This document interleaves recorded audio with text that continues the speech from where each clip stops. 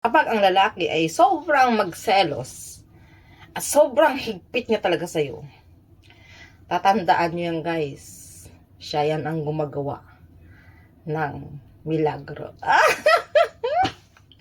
Kasi, pag ganyan kasi ang lalaki, sa totoo lang, kabaliktaran yan. Yung pagkakamali niya, tinatakpan niya.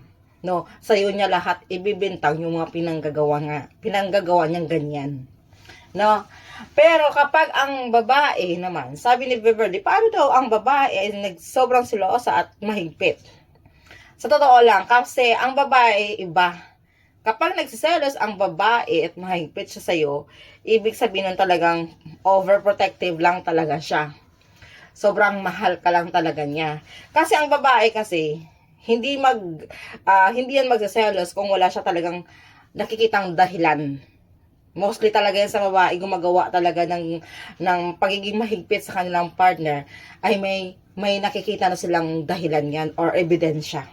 Pero tatahimik muna yan sila. Ganun ang babae.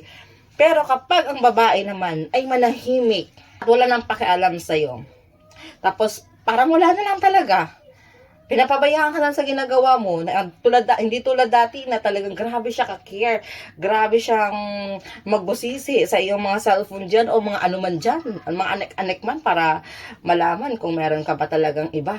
O, ganun ang babae, di ba? Pero pag yan, hindi niya na ginawa, tatanda mo yan guys.